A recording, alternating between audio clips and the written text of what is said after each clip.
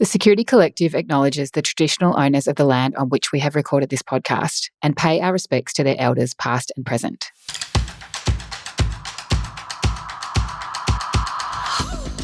The Security Collective podcast is recorded and shared with you in partnership with LastPass, the leading password manager. LastPass enables companies of every size with the tools necessary to secure and centralise control of employee passwords and apps. You can learn more about LastPass at lastpass.com. Hello, I'm Claire Pales, and welcome to the Security Collective podcast. Today's guest is a very good friend of mine and friend of the pod, Samm MacLeod. If you're a long-time listener, Samm needs no introduction. If you just joined us, Samm is the VP of Security and Risk at Culture Amp. Culture Amp is a rapidly scaling HR tech company that prides itself on knowing the value of data. In today's episode, Samm and I discuss what's been happening since we caught up with her 12 months ago in Season 8, when Samm generously shared her CISO journey through burnout and recent sabbatical. She's now back CISO-ing. This time we've covered digital transformations and security transformations. Samm shared what it was like working with me as an interim CISO, and it wasn't all bad, I promise, and how different her role in working in a scale-up has been compared to her previous life in banking and critical infrastructure. While Samm is a good friend and neighbour of sorts, she's also a fellow of ASA and one of the most well-respected CISOs in Australia. So please enjoy my latest chat with Samm MacLeod.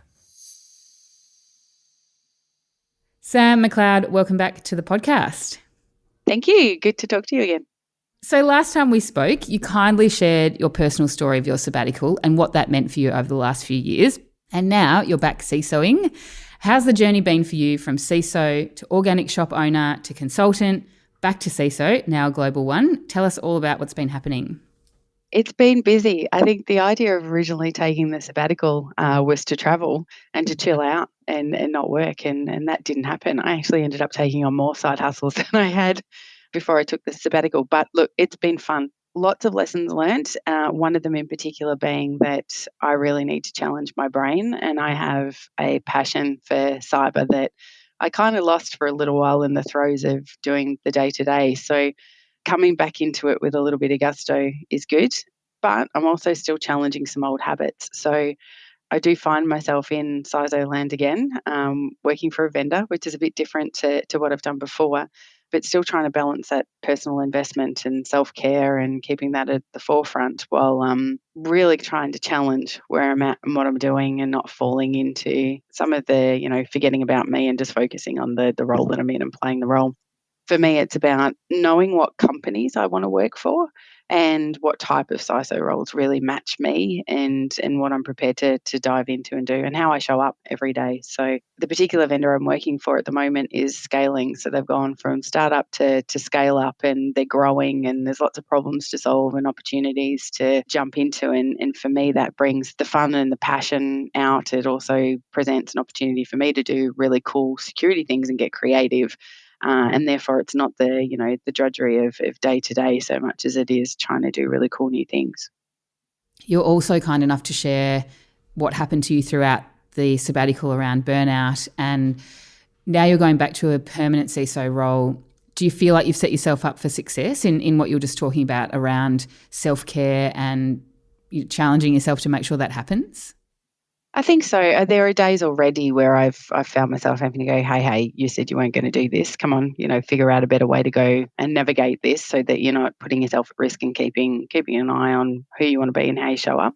I was really lucky in that the conversation I had with my new company, we talked about roadblocks and we talked about the things that I had brought into my life to try and have more balance and how important they were. And it gave me an opportunity to explain where I'd been, why it's important, and why I want to be able to nick off at lunchtime and do yoga class or sit in an infrared sauna, or, why if I start early, I'm going to finish early, or why I still want my Fridays. And then rather than seeing them as actual roadblocks, it was how do we create a job that makes sense for me, but also helps them get the outcomes they need by having a CISO and a risk leader that can dive in and be passionate about what they're doing without risking burnout again. So it's all on me, really. The organisation is incredibly supportive, but I have to just make sure that I'm monitoring what I'm doing and how I'm doing it and don't fall into those old patterns of giving everything up and diving into a role and forgetting about what I need.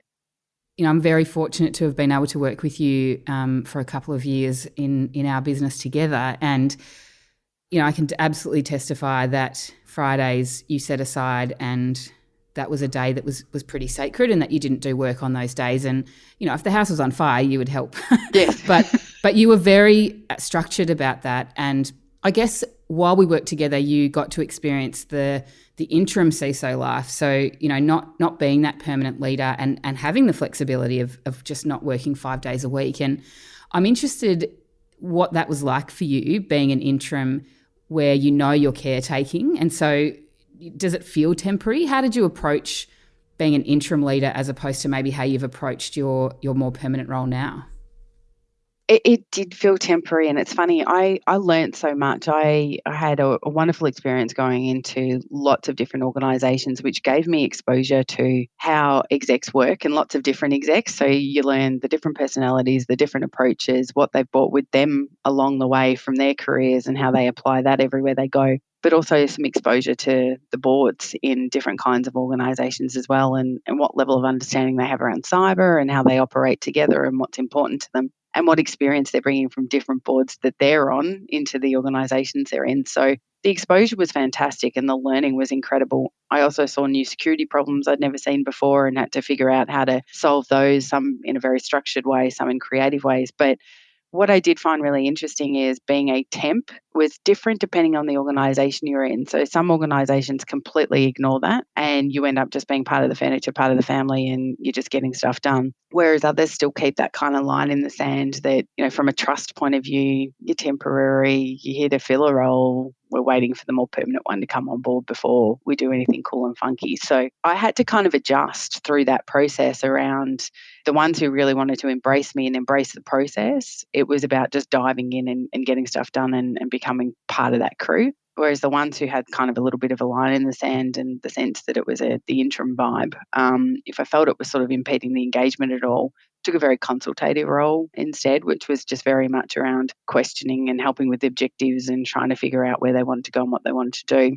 And in that sense too, focusing a lot more on leveraging our networks and figuring out the recruitment side for them so they could get that trusted person in really, really quickly, because I wasn't going to be it. I was just there to fulfill a role for a while. But I think during that time, I have a very strong sense of responsibility and accountability and wanting to own things and wanting to solve problems. And she kind of had to sit in the corner a bit and just be quiet because this was interim and it was about bringing some expertise and some support, but not necessarily taking on all of that accountability and responsibility. So there was a little bit of FOMO watching the rest of the business move when I couldn't kind of move with them being in an interim role. I think that's where I started to naturally kind of gravitate when I fell into this new company that I'm in. It was very much we want you here and, there's lots we can do and lots of opportunity, and those lines got blurred very, very quickly, and that kind of grabbed that accountability and responsibility side of me and went, yeah, I could actually deliver this stuff and do some really cool things. So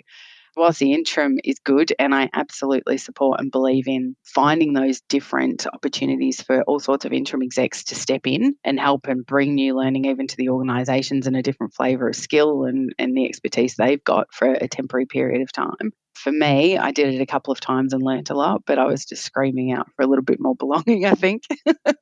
It's definitely not for everybody. I totally understand that. And the idea that when you're permanent, your ability to make change and even just small decisions that you make are more likely to stick, I think, than when you're in a consulting interim role where, as you said, some organisations will overlook decisions or recommendations because they might see you as a consultant. And also because our business model was such that we're not there 5 days a week. And so sometimes out of sight, out of mind can come into play as well. And absolutely, yeah, I'm not surprised that you're back in a permanent seat because there is always a draw to being back in the fold and being much more influential, I think is the word I'm trying to look for. Absolutely, yeah.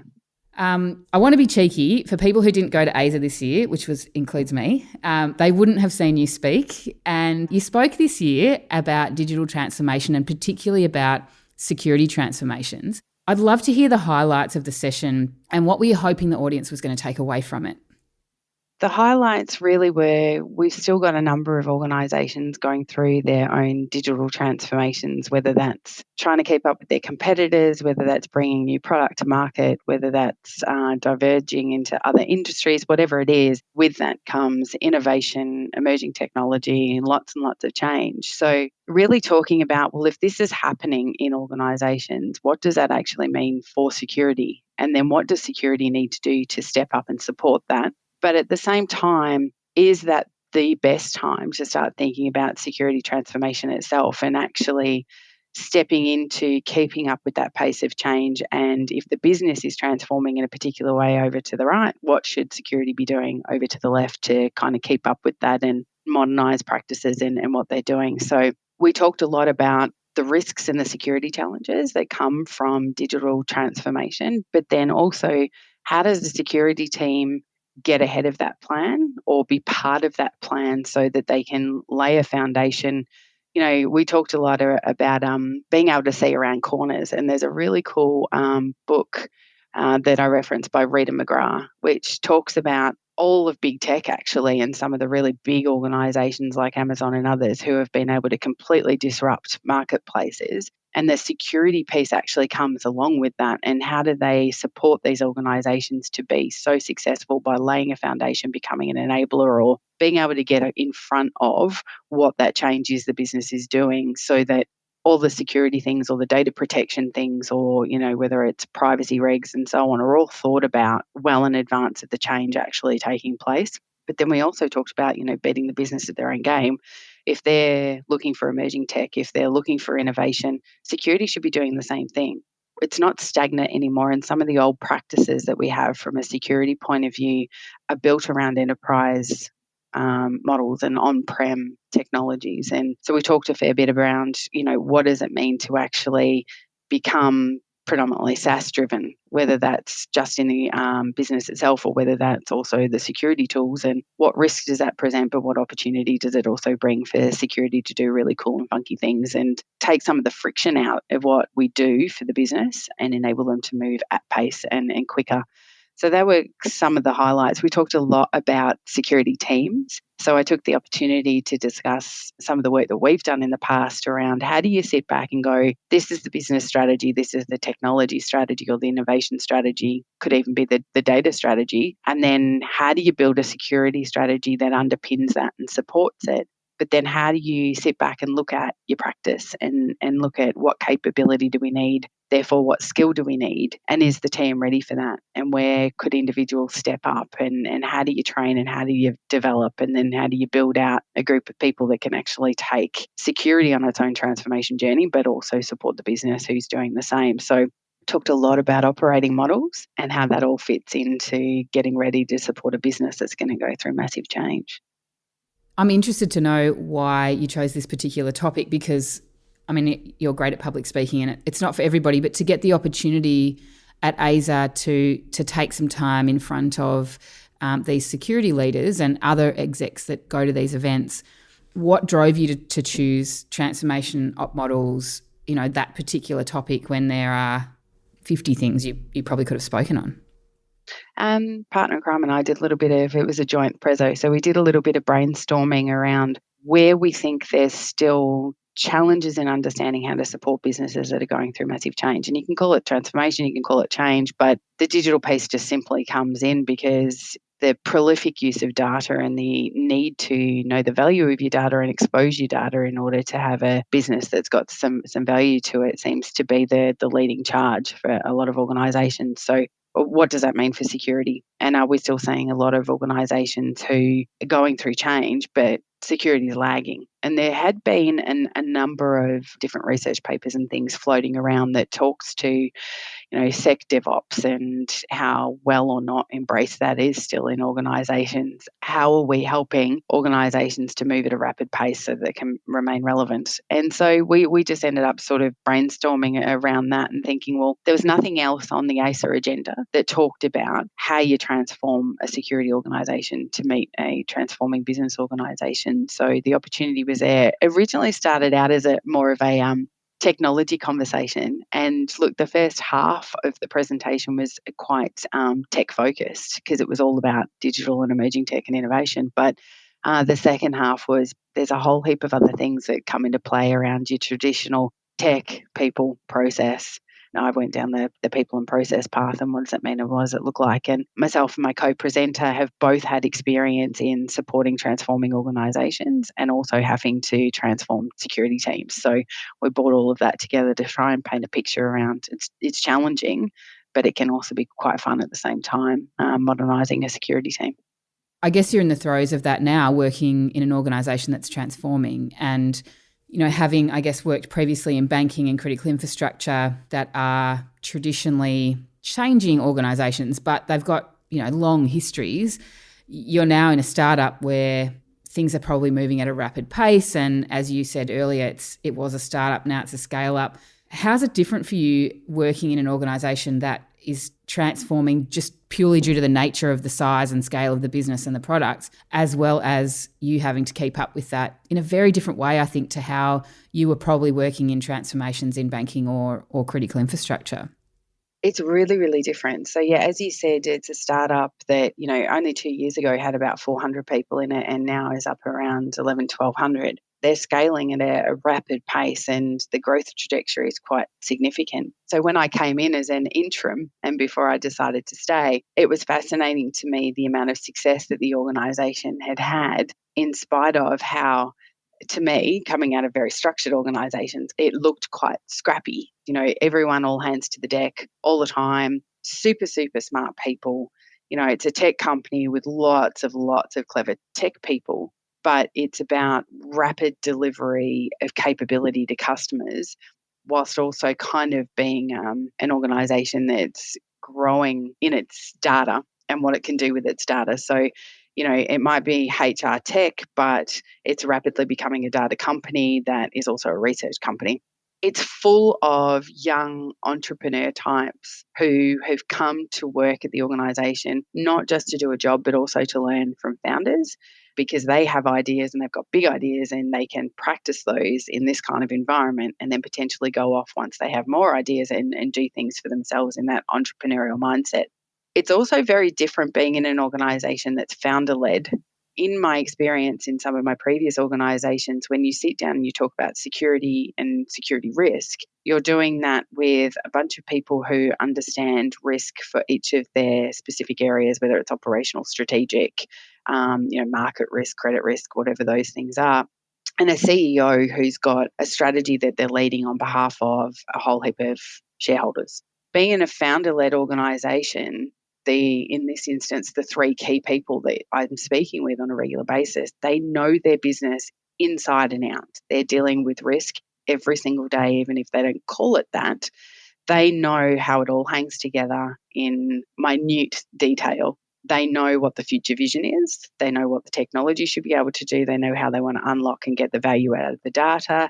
And so selling, in inverted commas, a security message or the benefit of having security or security risk management, or I have accountability for enterprise risk as well. So what does that actually mean for an organisation like this? So it's less about talking about regulations because we're not a highly regulated environment. It's less about compliance, but it's really, really driven by culture. And because we're a culture company, talking about security culture becomes a fascinating, sit down, have a wine and chew the fat around, well, what does that kind of culture mean as opposed to a really cool culture in general for the company? And how do we get aligned and how are the messages made crisp and clear? And, you can't be flaky, you can't have FUD, and you've got to be really, really respectful if you're there to serve a purpose to help the business be a success and continue to grow and reach its targets, as opposed to you're not core to its creation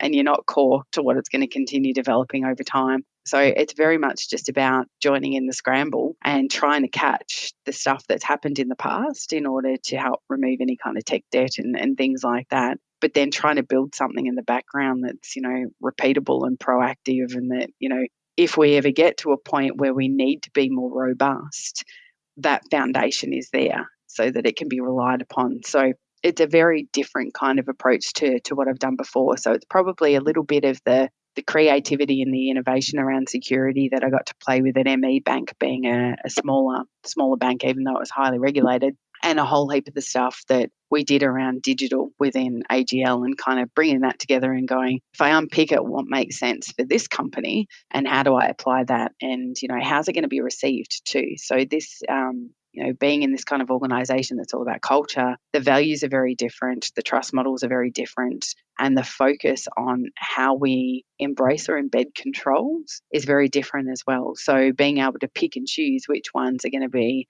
culture and people-led versus which ones are going to be technology and enforced. And so there's lots of conversations around what makes sense to still empower our people to have lots of flexibility, but then what are the ones that we really need some robustness around in order to protect our data and our customers. And I think being a founder, after 6.5 years, my business is like one of my kids. So if someone was coming along and saying to me, well, this is what we think you need to do with your business, it's actually really a hard pill to swallow, I think, because as you said, the founders know, well, they know where the bodies are buried, I guess, but they're to the minute detail about how things operate. And over time, obviously, that knowledge shifts a little bit because they start to entrust others with tasks in the business. But at the end of the day, they really do know the kind of guts of how everything goes on. And that's probably a much more challenging conversation than, as you said, to have it with a CEO who's responsible for an organisation but wasn't there when they were bootstrapping and trying to get, the plane off the ground. Yeah, the founders are entrepreneurial. They're super smart. They know what they want this to be. It's their baby. And, you got to be really careful not to go in and say, yeah, sorry, but your baby's ugly. It's I've taken a lot of time since I stepped in, even in the interim capacity, to really understand, where the business has come from and why certain decisions were made and how they got to the place that they're in now and how they've been so incredibly successful. But then also, where are those little challenges and little things that might trip up at some point that we need to kind of get in front of now and solve for?